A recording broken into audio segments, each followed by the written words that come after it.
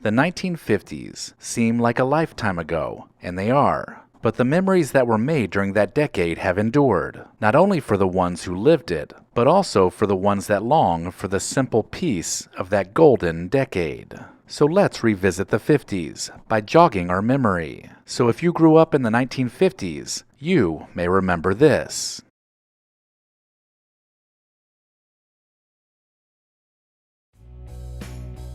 Growing up in this decade meant spending a lot of time outside, riding bikes, playing sports, street games, and climbing trees. Do you remember clipping a baseball card to the spokes of your bike so it would purr as you sped down your block? You grew up with toys that sparked creativity and imagination. You appreciated simple toys like hula hoops, Lincoln Logs, Play-Doh, and Mr. Potato Head. Board games like Scrabble, Yahtzee, and Sorry were also popular during this time.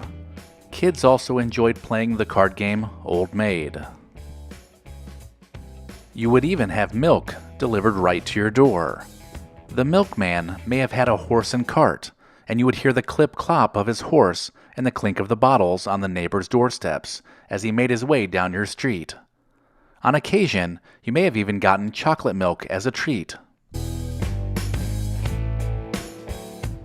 A lunch staple of the time was the Fluffernutter sandwich. The sandwich was made with 2 slices of bread layered with peanut butter and marshmallow fluff. Sometimes the sandwich even included a sliced up banana. Every Sunday night, you flipped on your parents' brand new black and white TV, cozied up on the couch with your family, and settled in for an hour of entertainment, watching The Ed Sullivan Show. Some other popular shows were I Love Lucy, Howdy Doody, and Gunsmoke. TV channels used to actually sign off at the end of every night. Some would even close programming by playing the Star-Spangled Banner. The best way to see movies at the time were drive-in movies. It was the perfect family outing. Your family would park their car, grab a speaker or tune in on the radio, and enjoy movies all summer long. Another summer favorite was hearing the ice cream truck jingle coming down the road, which was more than likely a Good Humor ice cream truck.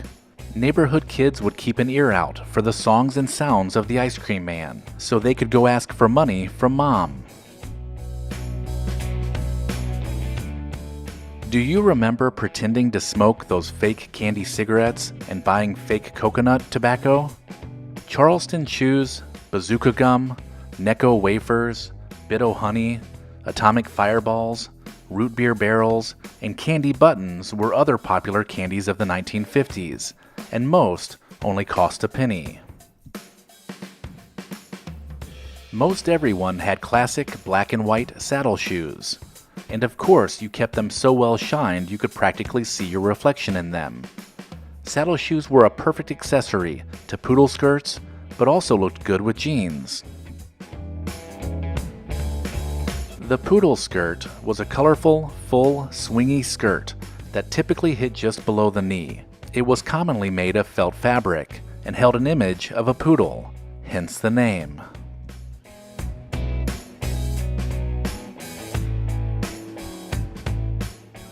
A notable place to hang out with your friends or to take a date on a Friday night was your local soda fountain. These were counter-style restaurants that served soft drinks and ice cream and often had a jukebox in the corner. The typical high school dance saw teens removing their shoes and dancing in their socks to protect the gymnasium floor. Nicknamed sock hops, these dances gave way to a number of popular dances, including the hand jive, the stroll, the box step, and most famously, the twist.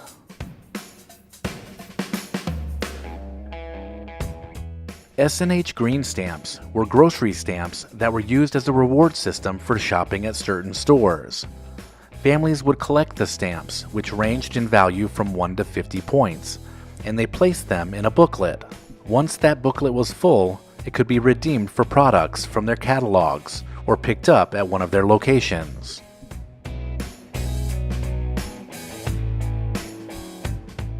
Rotary phones were the phones of the time. You had just one, and it may have been a party line shared with a neighbor. You'd have different numbers, but if you picked up and they were talking, you'd just have to wait to make your call. If you wanted to reach a business or acquaintance, flipping through a thick stack of phone book pages was your best bet.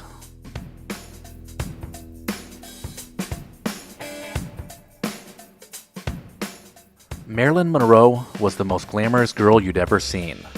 From her auburn waves to her curvy shape, she was 50s perfection. Elvis Presley, on the other hand, helped start the rock craze, and his pompadour hair was iconic. While in school, paper copies were made using mimeographs. Not only did it create a unique purple ink, but it also had a unique smell to it that most everyone enjoyed. Long before ellipticals were invented, women wrapped various body parts around a belt that promised to jiggle their fat right off. It didn't work, and they quickly lost their appeal by the end of the decade. Rainy days were prime time for some reading time when comics went 3D in the 1950s. The Mighty Mouse comic book even came with a pair of space goggles. Children loved the effect of putting on these glasses to discover a magical world growing from the book's pages.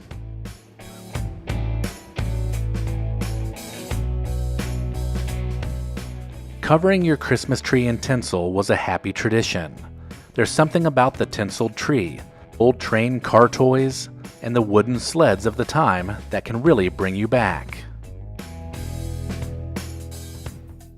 At Recollection Road, I believe preserving the past is incredibly important, and our friends at Legacy Box do too. So much so, they've offered my viewers a code for 55% off. In today's digital age, analog media like VHS tapes and film reels are fading, risking the loss of cherished memories due to things like mold, dust, and time. But Legacy Box, trusted by over 1.5 million families, offers a simple and safe solution to protect your memories before it's too late. With Legacy Box, you can convert your analog treasures into digital memories effortlessly. Send your VHS tapes, camcorder tapes, and pictures to Legacy Box, and like magic, receive back your originals and digital copies for easy enjoyment, sharing, and organization. And here's the kicker. For a limited time, enjoy an exclusive 55% discount at legacybox.com/recollection. Don't let your memories fade. Preserve your past today with Legacy Box. Buy today to take advantage of this exclusive offer and send them in whenever you're ready. Go to legacybox.com/recollection to save 55% while supplies last. With the warm weather of summer, drive-in restaurants were the place to be. Car hops could be found buzzing around the parking lot on skates, delivering hot cheeseburgers, mouth-watering milkshakes, and golden French fries. As teenagers began driving, these drive-in spots provided the perfect place to hang out with friends or grab a quick bite to eat with a date.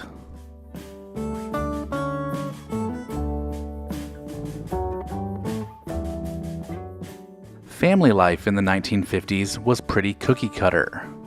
With mom staying home to take care of the kids, the house, and the cooking, dad would head off to work in the family's only car. This was how most households operated throughout the decade. Popular ways for kids to get around the neighborhood may have included a radio flyer wagon. Having one of these red wagons to transport things around the neighborhood made collecting bottles, delivering newspapers, or pulling around friends much easier. Another four-wheeled must-have was a pair of metal roller skates with an adjustable key. You could almost count who had a pair by looking for the kids with the skinned knees.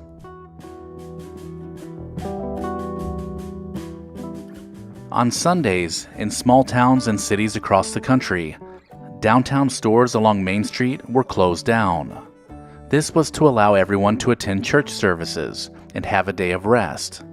So if you ran out of milk, it was common to knock on your neighbor's door to borrow some, rather than to drive to a store.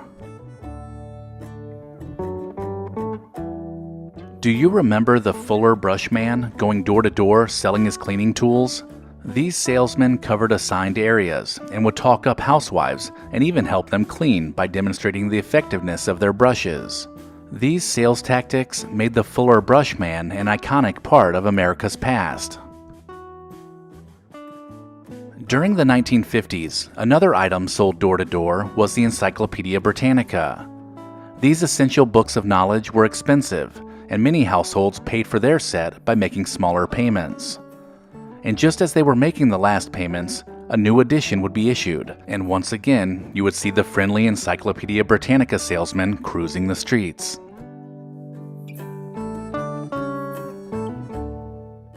Katie Keene was a popular comic published by Archie Comics during the 1950s. The self-proclaimed queen of pinups and fashion also was well known for the paper dolls that were included in the comics. Fans were even invited to design their own fashions, which could be mailed in and published.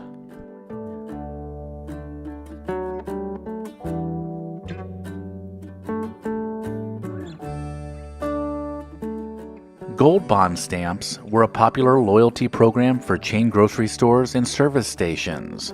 Once you collected enough stamps to fill a book, you could redeem it for merchandise. Kids during the 50s loved helping mom lick and paste the stamps into the booklets after each visit to the store.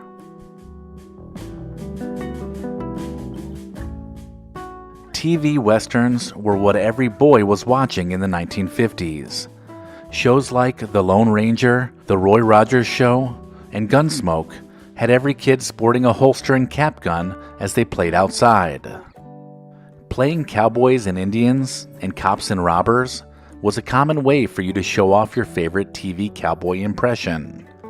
If they weren't obsessed with cowboys, then they were probably wearing a coonskin cap and watching Davy Crockett. This popular Disney miniseries had kids everywhere exploring the wild frontier of their neighborhoods. The Western Flyer bike, which was sold at Western Auto, was the first bicycle for many kids across America. This classic American icon was built well, but was also affordable. This made the Western Flyer a perfect gift to wake up to on Christmas morning. Disney's legendary television series, The Mickey Mouse Club, has delighted children in America since it first premiered on ABC in 1955. The hour-long variety show aired on weekdays in the afternoon and featured a cast of kids, including Annette Funicello, Bobby Burgess, and Cubby O'Brien. Did you have a favorite Mouseketeer? How many of you had mothers that would sew and make you clothes to wear? A Singer sewing machine was well used in the 1950s, with fewer options for shopping available. Not to mention it was much more affordable than store-bought clothing. So many mothers could be found hunched over a sewing machine with patterns of cloth that would soon become a dress or a pair of shorts. Shopping from mail-order catalogs was big in the 1950s. Sears, JCPenney, and Montgomery Ward all offered catalogs for every season, but none was as popular as the Christmas catalog. Kids across the country would wear the pages out, circling and marking pages as they made their Christmas list. Another tradition of the Christmas season was stopping by the downtown department stores to see the decorated window displays. This was a popular way for department stores of the time to entice customers into their stores.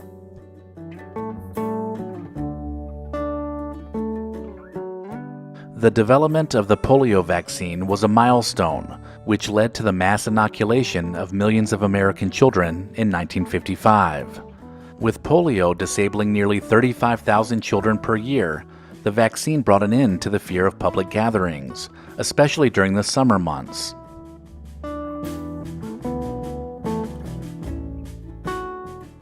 During the 50s, they still had doctors making house calls. In smaller towns, the local doctor often went to the home to tend to the sick and prescribe remedies. This practice peaked in the 1930s, but was still occurring well into the 1950s.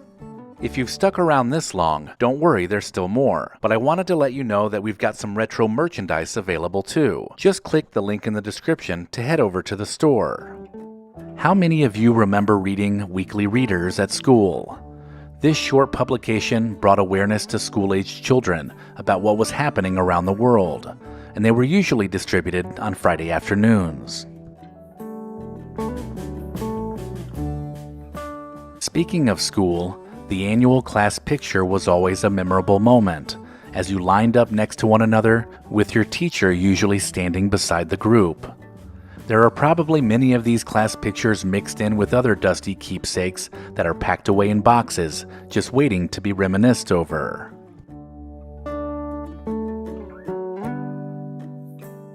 Dropping by your local hobby shop on a Saturday morning was common practice in the 1950s.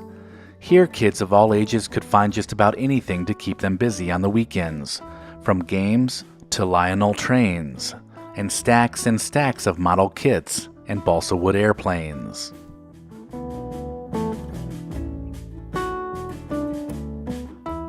Transistor radios were something every kid wanted, and many had. These handheld radios allowed you to take music with you anywhere you went. With the growing popularity of rock and roll music, these devices could be found everywhere in the 1950s, from the bedroom to the barber shop. While you were getting a flat top or a ducktail haircut, you might also be listening to the news or a sporting event. Keeping busy while playing outside wasn't hard in the 1950s. Girls enjoyed playing double dutch or hopscotch, while boys might have been playing kick the can. Kids lived most of their lives outside during this time, so games like red light, green light kept them active and having fun.